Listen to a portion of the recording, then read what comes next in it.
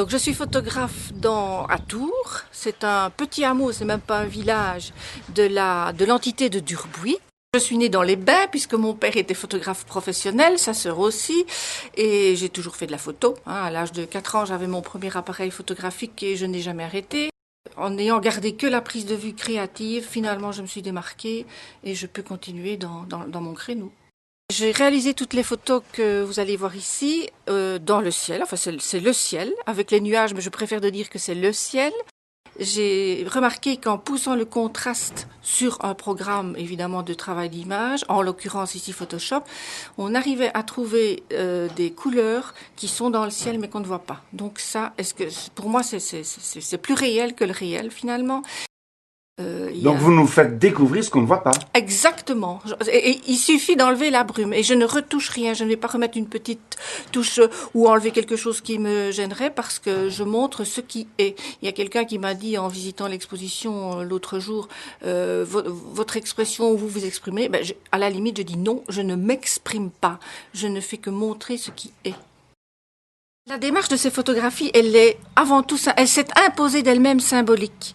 Et si le symbole s'adresse à tous les hommes, il est évident qu'un petit nombre seulement peut en saisir le sens. Il ne suffit pas d'ailleurs de les comprendre, il importe bien plus d'en découvrir la plénitude en tant que signe de l'invisible. Les symboles présentent un enseignement, ils sont les témoins d'une mystérieuse présence et ils conduisent vers elle. C'est une sorte de voie sacrée, ils permettent à l'homme d'acquérir la connaissance qui n'apparaît secrète que finalement à ceux qui n'éprouvent pas en eux-mêmes l'amour de la lumière et qu'il importe de retrouver d'ailleurs pour découvrir la terre transfigurée dont l'homme est à la fois l'hôte et le rédempteur. L'entité de Durbuy a offert une des prises de vue déjà qui font partie du travail qui est proposé ici en Suède, parce qu'ils sont jumelés avec la Suède, à Österbybruk. Et du coup, j'ai été invitée à réaliser mon exposition là-bas. J'ai eu une école gardienne la semaine dernière. C'est des petits enfants de 5 ans. Ils sont venus pique-niquer. Ils ont posé des tas de questions, notamment une question qui est merveilleuse. Dit Madame Anne, comment tu fais pour photographier à l'intérieur du ciel? C'est Loïs qui a dit ça. Moi, je trouve ça extraordinaire.